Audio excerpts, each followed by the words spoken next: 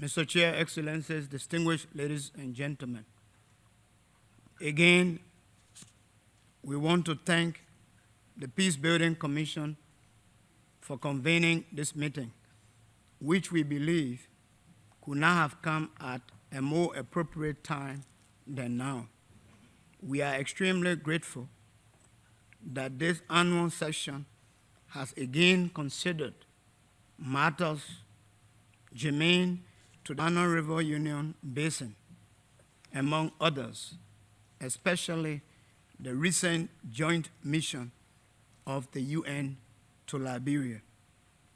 This is a clear indication that these matters still require our utmost attention, and it is a genuine demonstration by the United Nations and stakeholders to find a lasting solution in the region.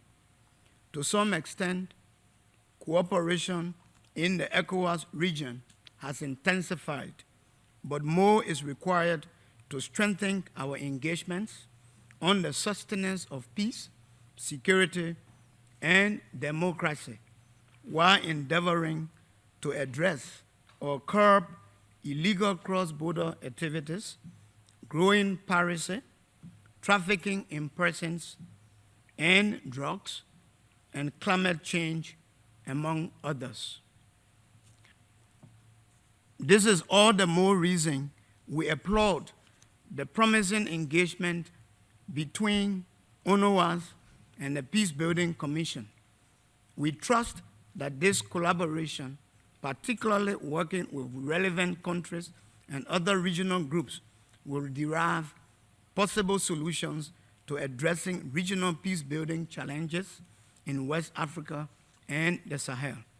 Mr. Chair, I would like to recall with immense gratitude the recent joint visit to 3 MRU countries, Sierra Leone, Liberia, and Cote d'Ivoire, involving the members and chair of the Peacebuilding Commission, the SRSG and head of UNOWAS, the Assistant Secretary General of the UN Peacebuilding Support Office, and the chair of the Liberia configuration of the Peacebuilding Commission.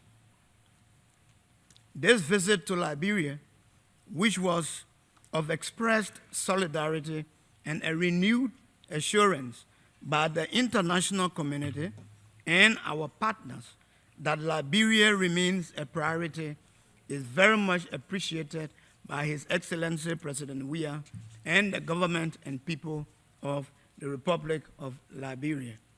The visit came at a critical time when Liberia is faced with economic challenges, while at the same time preoccupied with initiatives aimed at strengthening and sustaining our peace, security, and democracy, and taking measures to improve the economy, particularly working with relevant partners, including the IMF, World Bank, and the African Development Bank, just to mention a few.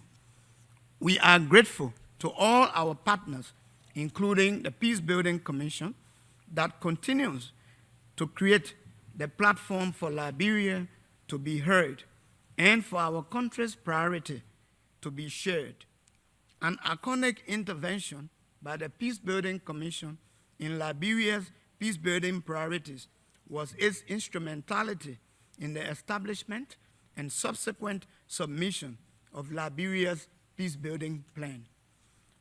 There can never be a mention of the Peacebuilding Commission without a reference to the Peacebuilding Support Office and the Liberia configuration of the Peacebuilding Commission, chaired by His Excellency Ambassador Olof Skog of Sweden. Ambassador Skog and the government and people of Sweden remain unforgettable assets, more so when reference is made to the peace Liberia now enjoys. Furthermore, the Peacebuilding Support Office remains a strong pillar, very supportive of Liberia's peacebuilding initiatives. Apart from being the only contributor to the Multi-Partner Trust Fund, the fund established to address the root causes of Liberia's civil upheaval. The PBSO continues to provide support to national reconciliation activities, land dispute resolution, electoral processes, governance initiatives and institutions, women empowerment, youth empowerment, among the significant others in Liberia. We appreciate that further assistance is expected for land and decentralization, including Phase 2 cross-border project with our neighbor Cote d'Ivoire. Mr. Chair, Excellencies, ladies and gentlemen, if there was ever an urgent need to help Liberia, it is now, and I mean it is now, distinguished Excellencies. The Liberian economy is under immense stress, and the prices for our major export commodities remain at rock bottom. The peace we enjoy is being threatened by increased protests. The payment of salaries of civil servants remains a challenge. Thus far, the government of Liberia has taken the following measures in a genuine attempt to address the inherited current political and economic situation in the country. The government of Liberia recently staged a national economic dialogue aimed at encouraging all Liberians to advance ideas in devising and supporting new measures which could successfully address the inherited structural defects and imbalances in the economy. Salaries of officials have been reduced, while salaries of civil servants are being harmonized in response to call by the IMF for the government to reduce its annual wage bill to US $297 million. It is important to emphasize that upon assuming the office of the presidency on January 22nd, 2018, His Excellency President Weah, far ahead of these moves, declared on his own 25% reduction in his salaries. These initiatives in relation to salary reduction and salary harmonization are all measures emulating the exemplary leadership of His Excellency President Weah. In the coming months, the administration of His Excellency President Weah intends to place particular emphasis on the agriculture, education, and health sectors. To this end, we will be looking to forge close collaboration with all relevant agencies of the United Nations in accelerating growth and development in Liberia. In spite of all the initiatives by the government, challenges still exist. Hence, we want to use this medium to once again call on the international community and friends of Liberia to kindly consider the consolidation of the much-needed assistance to Liberia at this critical time. We want to call on the International Monetary Fund, the World Bank, and the African Development Bank, among others, to do all in their purview, particularly considering how critical such assistance is to the continuous sustenance of peace, security, and democracy in Liberia. We want to, at this point, reaffirm the unflinching commitment of His Excellency President Weah and the government of Liberia to the enrollment of Liberia in the program of the IMF. Excellencies, in closing, we look forward to contributions from partners to the Multi-Partner Trust Fund, as well as to the government of Liberia Pro-Po Agenda for Prosperity and Development.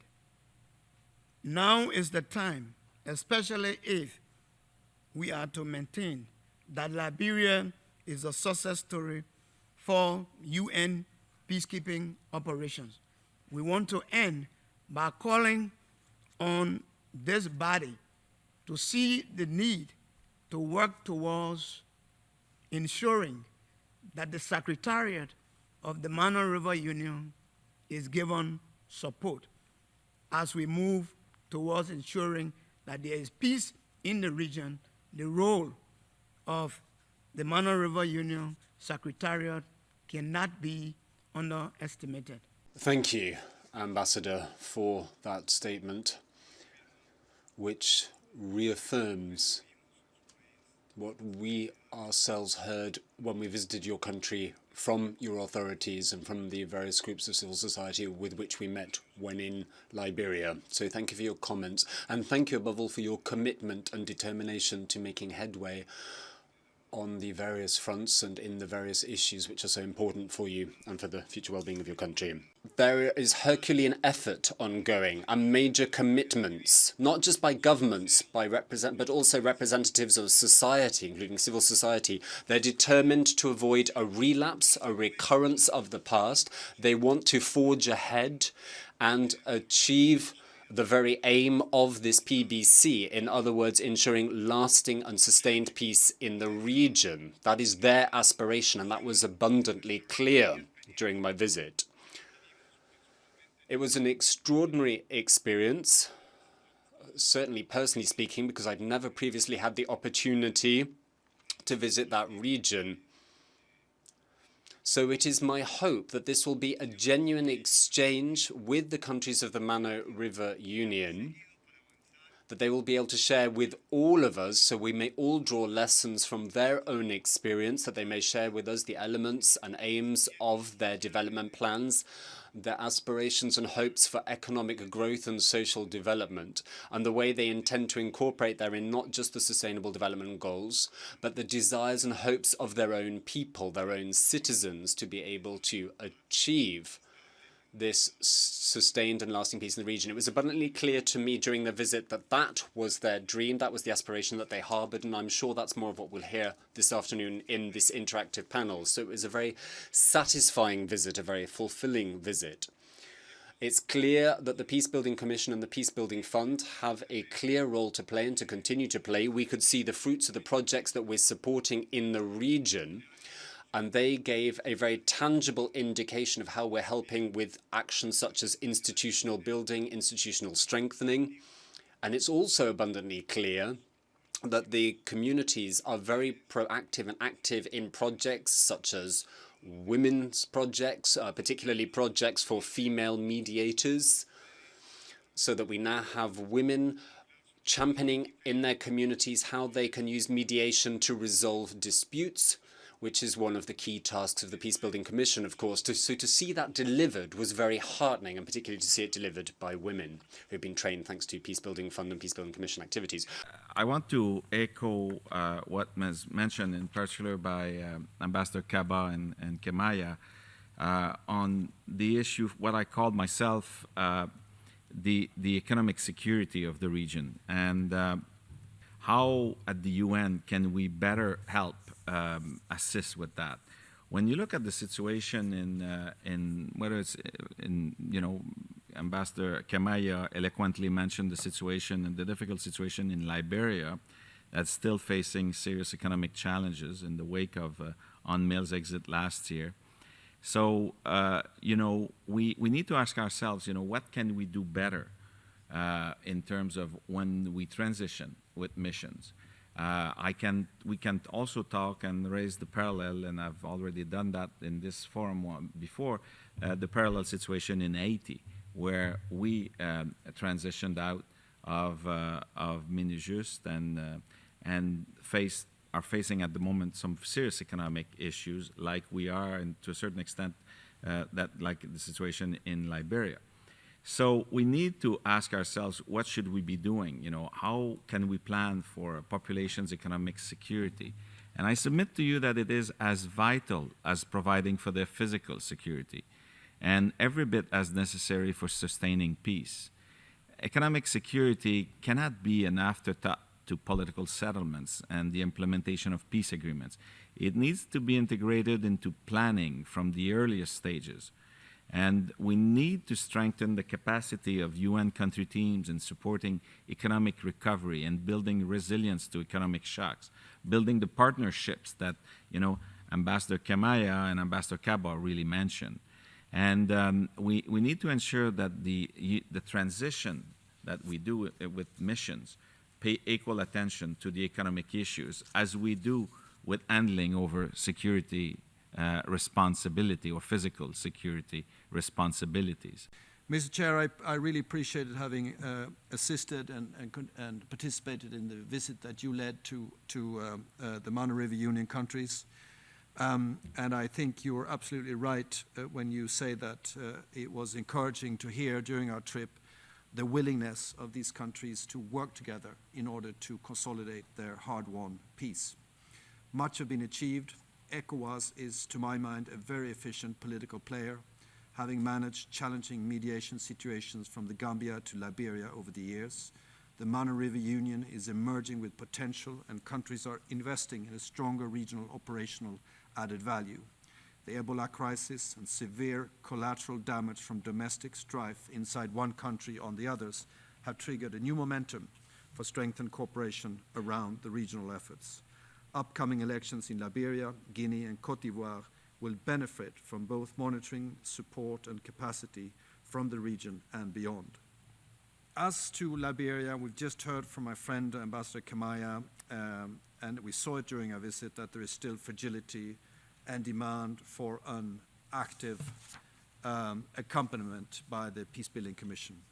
Liberia is confronted with fragilities against a backdrop of macro and microeconomic difficulties, social tensions, austerity measures, and demands that relate to a reconciliation that have been unfulfilled up to now. Despite impressive transition and democratic gains, several root causes behind the devastating conflict remain unresolved.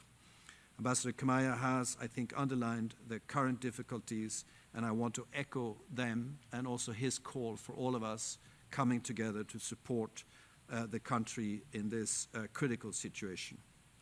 The main task of the configuration that Sweden chairs is to assure that UN and partners accompany and support Liberia in its peacebuilding efforts, which include exploring further options for regional and cross-border initiatives. The Peacebuilding Fund has played and continues to play an important role in the region, enabling flexible, rapid, and catalytic funding for vital projects, such as the cross-border project with Cote d'Ivoire. We hope that more countries will find a way to contribute to the Peacebuilding Fund. The World Bank, African Development Bank, and IMF need to pull in the same direction and align their interventions with the peace-building lens. There is also a need for socially responsible investments, and I think the government needs to be supported in attracting such interventions. And the presentations we've heard this afternoon, as well as the interventions from the countries of the Mano River Union, show the efforts that continue to consolidate the hard-fought peace dividends and the importance of our continued support and engagement in these efforts. And in Ireland, with our own recent history of conflict and peace building, we recognise the need for this. In Liberia, our commitment to a new phase of political and development cooperation was demonstrated last year by the opening and establishment of an embassy. We welcome the focus that the Liberian government has brought to its important and ambitious pro-poor agenda for prosperity and agenda, and we will continue to support this from vision through to implementation.